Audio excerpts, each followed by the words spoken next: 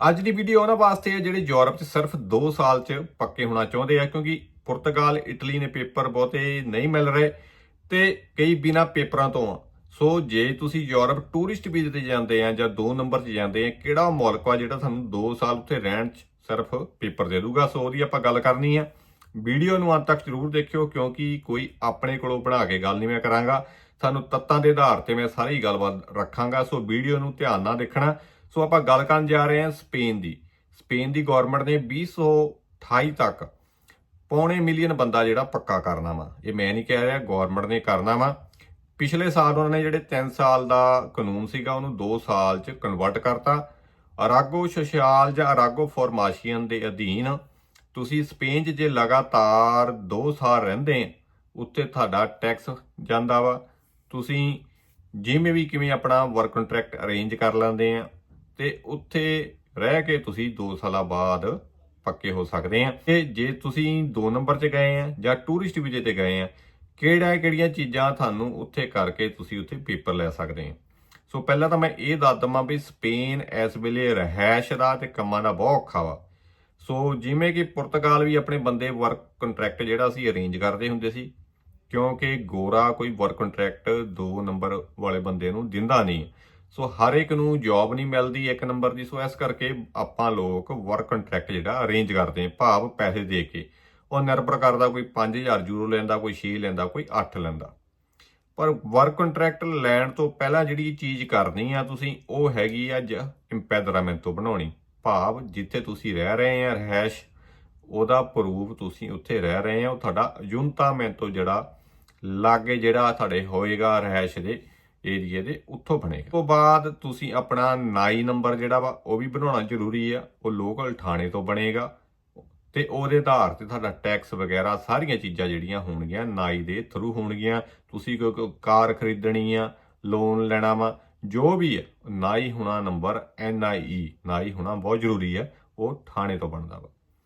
ਪਰ ਜਿਹੜੀ ਮੇਨ ਗੱਲ ਵਾ, ਆਪਣੇ ਬੰਦੇ ਪਹੁੰਚ ਜਾਂਦੇ ਆ ਸਪੇਨ ਜਾਂ ਹੈਗੇ ਆ ਜਿਹੜੇ ਦੇਖ ਰਹੇ ਵੀਡੀਓ। ਸੋ ਆਪਾਂ ਲੋਕ ਜਾ ਕੇ ਕੋਈ ਪੜ੍ਹਾਈ ਨਹੀਂ ਕਰਦੇ।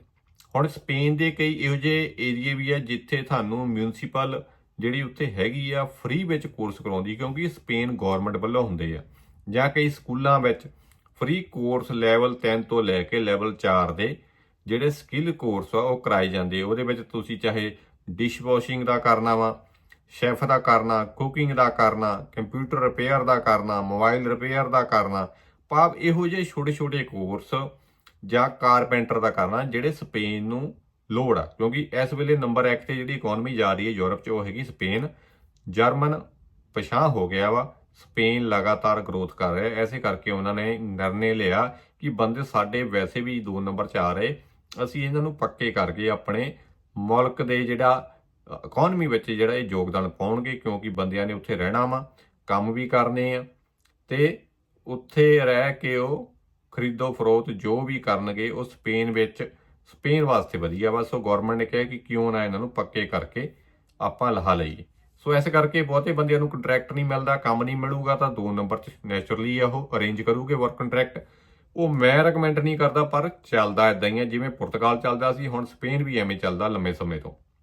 ਬੰਦੇ ਕੰਟਰੈਕਟ ਲੈਂਦੇ ਉਹ ਤੁਹਾਡੇ ਤੇ ਬੰਦੇ ਦੀ ਗੱਲ 'ਚ ਆ। ਪਰ ਇੱਕ ਗੱਲ ਦਾ ਖਿਆਲ ਰੱਖਣਾ, ਜਿੱਦਾਂ ਪੁਰਤਗਾਲ ਠੱਗੀ ਵੱਜਦੀ ਆ, ਇਟਲੀ ਠੱਗੀ ਵੱਜਦੀ ਐ, ਏਦਾਂ ਹੀ ਸਪੇਨ 'ਚ ਠੱਗੀ ਵੱਜਦੀ ਹੈ। ਜਾ ਕੇ ਕੰਟਰੈਕਟ ਦੀ ਕਿਸੇ ਨਾਲ ਵੀ ਗੱਲ ਕਰੂੰਗੇ, ਹਰੇਕ ਨੇ ਤਿਆਰ ਹੋ ਜਾਣਾ ਮੈਂ ਦੇ ਦੇਣਾ। ਪਰ ਕੰਟਰੈਕਟ ਜਿਹਨੇ ਵੀ ਦੇਣਾ ਵਾ, ਪਹਿਲਾਂ ਤਾਂ 2 ਨੰਬਰ ਵਾਲੇ ਬੰਦੇ ਨੂੰ ਦੇ ਨਹੀਂ ਸਕਦਾ। ਦੱਸਣਾ ਪਏਗਾ ਇਮੀਗ੍ਰੇਸ਼ਨ ਨੂੰ ਕਿ ਆਹ ਬੰਦਾ ਵਾ, ਇਹਦਾ ਆਹ ਪ੍ਰੂਫ ਆ, ਮੈਨੂੰ ਇਹ ਕੰਮ ਵਾਸਤੇ ਬੰਦਾ ਚਾਹੀਦਾ। ਪਰ ਉਹਦੇ ਵਾਸਤੇ ਹੁਣ ਜੇ ਮੰਨ ਲਓ ਗਰੋਸਰੀ ਸਟੋਰ ਆ ਛੋਟਾ ਜਿਹਾ, ਉਹ ਨਿਰਭਰ ਕਰਦਾ ਉਹਦੀ ਸੇਲ ਤੇ, ਉਹਨੂੰ 2 ਬੰਦੇ ਚਾਹੀਦੇ, 3 ਚਾਹੀਦੇ ਜਾਂ 4 ਚਾਹੀਦੇ ਆ। ਪਰ ਜੇ ਉਹਨੇ ਪਹਿਲਾਂ ਹੀ ਨਹੀਂ ਕੋਈ ਬੰਦਾ ਰੱਖਿਆ ਹੋਇਆ, ਤੁਹਾਨੂੰ ਵਰਕ ਕੰਟਰੈਕਟ ਦੇ ਰਿਹਾ ਵਾ, ਤੇ ਉਹ ਤੁਹਾਡਾ ਕੰਟਰੈਕਟ ਜਿਹੜਾ ਵਾ ਉਹ ਗਵਰਨਮੈਂਟ ਵੱਲੋਂ ਮਨਜ਼ੂਰਸ਼ੁਦਾ ਨਹੀਂ ਹੋਣਾ। ਉਹ ਤੁਹਾਨੂੰ 2 ਸਾਲਾਂ ਬਾਅਦ ਜਾ ਕੇ ਪਤਾ ਲੱਗਣਾ, ਜਦੋਂ ਰਿਜੈਕਸ਼ਨ ਲੱਗ ਜਾਣੀ। ਸੋ ਜਿੱਤੋਂ ਵੀ ਤੁਸੀਂ ਕੰਟਰੈਕਟ ਲੈਣਾ ਵਾ, ਦੇਖੋ ਉਹਦੇ ਪਹਿਲਾਂ ਕੋਈ ਫੁੱਲ ਟਾਈਮ ਬੰਦਾ ਕੰਮ ਕਰਦਾ। ਫੁੱਲ ਟਾਈਮ 8 ਘੰਟੇ ਦਾ ਮੰਨਿਆ ਜਾਂਦਾ 5 ਦਿਨਾਂ 'ਚ। ਤੇ ਜੇ ਉਹ ਕੋਈ ਬੰਦਾ ਕਰ ਰਿਹਾ ਵਾ ਤਾਂ ਵਧੀਆ ਗੱਲ ਵਾ, ਤੁਸੀਂ ਉੱਥੋਂ ਲਵਾਓ, ਜਾਂਚ ਪੜਤਾਲ ਕਰੋ। ਬਾਕੀ ਜੇ ਤੁਸੀਂ ਦੇਖਣਾ ਚਾਹੋਗੇ ਕੰਪਨੀ ਬਲੈਕ ਲਿਸਟ ਵਾ ਜਾਂ ਇਹਦਾ ਸੋਸ਼ਲ ਸਿਕਿਉਰਿਟੀ ਭਰ ਰਿਹਾ, ਟੈਕਸ ਦੇ ਰਿਹਾ, ਉਹ ਤੁਸੀਂ ਕਿਸੇ ਅਕਾਊਂਟੈਂਟ ਤੋਂ ਜਾਂ ਵਕੀਲ ਦੀ ਰਾਏ ਲੈ ਸਕਦੇ ਆ, ਕਿਉਂਕਿ ਇਹ ਕਾਨੂੰਨੀ ਦਾਅ ਪੇਚ ਵਾ, ਪਰ ਪਤਾ ਲੱਗਣਾ ਬਹੁਤ ਮੁਸ਼ਕਲ ਆ। ਸੋ ਇਸ ਕਰਕੇ ਜੇ ਤੁਸੀਂ ਜੈਨੂਇਨ ਜਿਹੜੀ ਕੰਪਨੀ ਆ, ਜਾਂ ਪਤਾ ਕਿ ਕਿਸੇ ਯਾਰ ਦੋਸਤ ਨੇ ਫਲਾਣੇ ਬੰਦੇ ਕੋਲ ਕੰਮ ਕਰਾਇਆ ਸੀ ਤਾਂ ਉਹ ਬੰਦਾ ਸਹੀ ਆ, ਤਾਂ ਉਸ ਤੋਂ ਤੁਸੀਂ ਵਰਕ ਕੰਟਰੈਕਟ ਅਰੇਂਜ ਕਰ ਸਕਦੇ ਆ।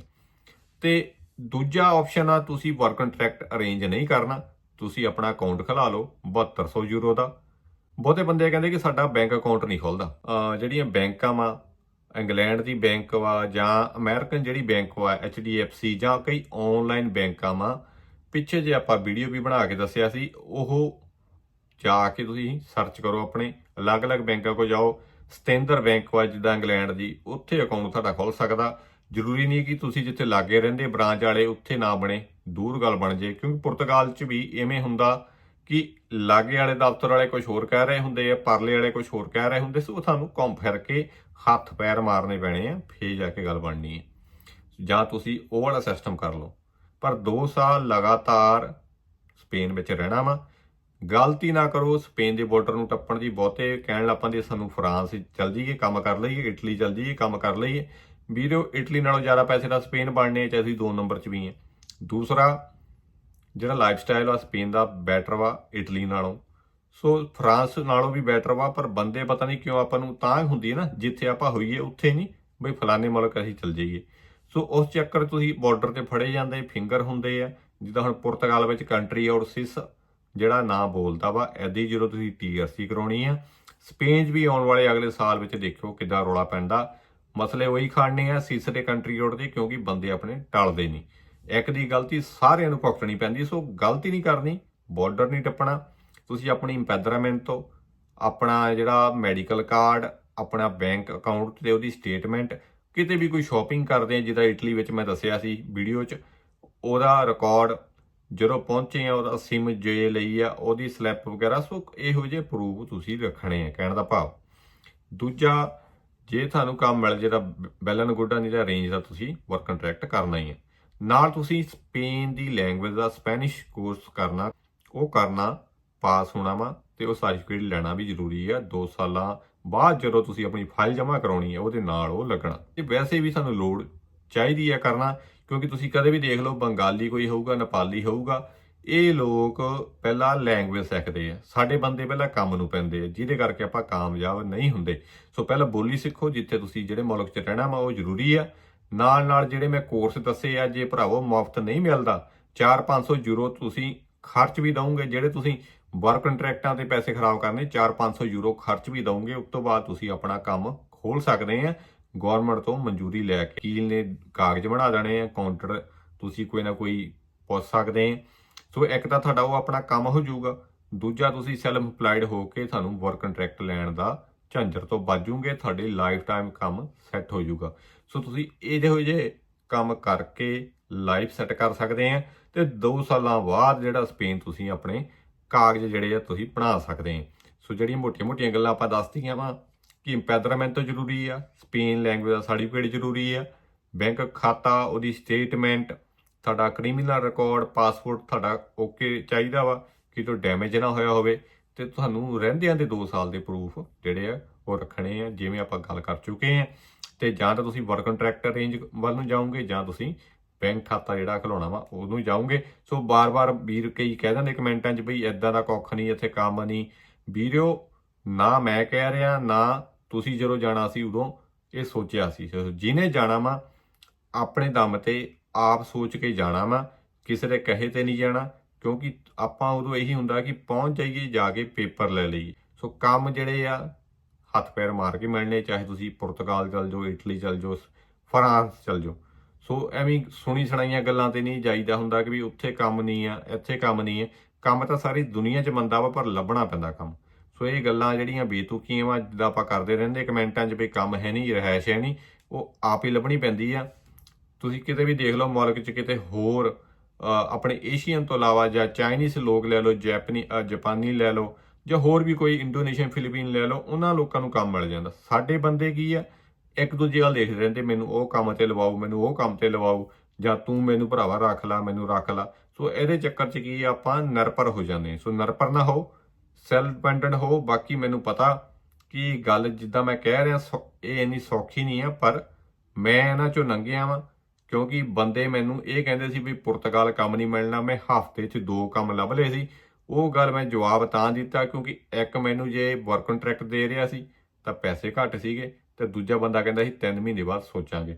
ਸੋ ਕੰਮ ਵੀਡੀਓ ਐਦਾਂ ਮੈਂ ਹੱਥ ਪੱਲਾ ਮਾਰ ਕੇ ਲੱਭਣੇ ਪੈਂਦੇ ਆ, ਤੇ ਆਪਾਂ ਉਹ ਲੱਭੇ ਵੀ ਆ, ਤੇ ਮੈਂ ਤਾਂ ਹੀ ਤੁਹਾਨੂੰ ਇਹ ਗੱਲ ਕਹਿ ਰਿਹਾ ਵਾਂ। ਸੋ ਇਹ ਦੱਸਿਓ ਜਾਣਕਾਰੀ ਕਿਵੇਂ ਲੱਗੀ, ਦੱਬ ਕੇ ਸ਼ੇਅਰ ਕਰ ਦਿਓ ਤਾਂ ਕਿ ਜਿਹੜੇ ਸਪੇਨ ਜਾਣਾ ਚਾਹੁੰਦੇ ਆ ਤੇ ਉਹ ਉਹਨਾਂ ਨੂੰ ਪਤਾ ਲੱਗੇ ਕਿ ਉੱਥੇ ਕੀ ਹਿਸਾਬ ਕਿਤਾਬ ਆ, ਕਿੱਦਾਂ ਪੇਪਰ ਲਏ ਜਾ ਸਕਦੇ ਆ। ਸੋ ਕਰਾ ਕੇ 10 ਤੋਂ 14,000 ਯੂਰੋ ਜਿਹੜਾ ਸਾਡਾ ਖਰਚਾ ਆਉਣਾ ਜੇ ਤੁਸੀਂ ਸਾਰਾ ਕੁਝ ਆਪ ਨਹੀਂ ਹੱਥੀਂ ਕਰਨਾ। ਤੁਸੀਂ ਮੁੱਲ ਦਾ ਕੰਟਰੈਕਟ ਲੈਣਾ, ਸਾਰਾ ਕੁਝ ਮੁੱਲ ਦਾ ਕਰਨਾ ਵਾ। ਤੋਂ ਤੁਸੀਂ 1 ਨੰਬਰ 'ਚ ਨਹੀਂ ਲੈਣੀ, ਆਪਣੇ ਬੰਦੇ ਪੈਸੇ ਲੈਂਦੇ ਆ ਉੱਦਾਂ ਲੈਣੀ ਹੈ। ਸੋ ਤੁਸੀਂ 2-2 ਮਹੀਨੇ ਬਾਅਦ ਚੈੱਕ ਕਰਨੀ ਹੈ, ਜਿਵੇਂ ਮੈਂ ਪਹਿਲਾਂ ਵੀ ਬਹੁਤ ਵਾਰ ਕਹਿ ਚੁੱਕਿਆ। ਤੇ ਕੰਟਰੈਕਟ ਤੁਸੀਂ ਸੋਚ ਸਮਝ ਕੇ ਪੜਤਾਲ ਕਰਕੇ ਲੈਣਾ ਵਾ। ਕਾਊਂਟਰ ਤੋਂ ਦਿਖਾ ਸਕਦੇ ਆ ਜੋ ਵੀ ਹੈ ਹਿਸਾਬ ਕਿਤਾਬ, ਪਰ ਇਹ ਚੀਜ਼ਾਂ ਤੁਹਾਨੂੰ ਖੁਦ ਕਰਨੀਆਂ ਪੈਣੀਆਂ, ਕੋਈ ਹੋਰ ਨਹੀਂ ਕਰ ਸਕਦਾ। ਸੋ ਇਸ ਨੂੰ ਦੱਬ ਕੇ ਸ਼ੇਅਰ ਕਰ ਦਿਓ, ਲਾਈਕ ਕਮੈਂਟ ਕਰੋ, ਦੱਸਿਓ ਜਾਣਕਾਰੀ ਕਿਵੇਂ ਲੱਗੀ। ਮਿਲਦੇ ਆ ਅਗਲੀ ਵੀਡੀਓ, ਤਦ ਤੱਕ ਲਈ ਰੱਬ ਰਾਖਾ।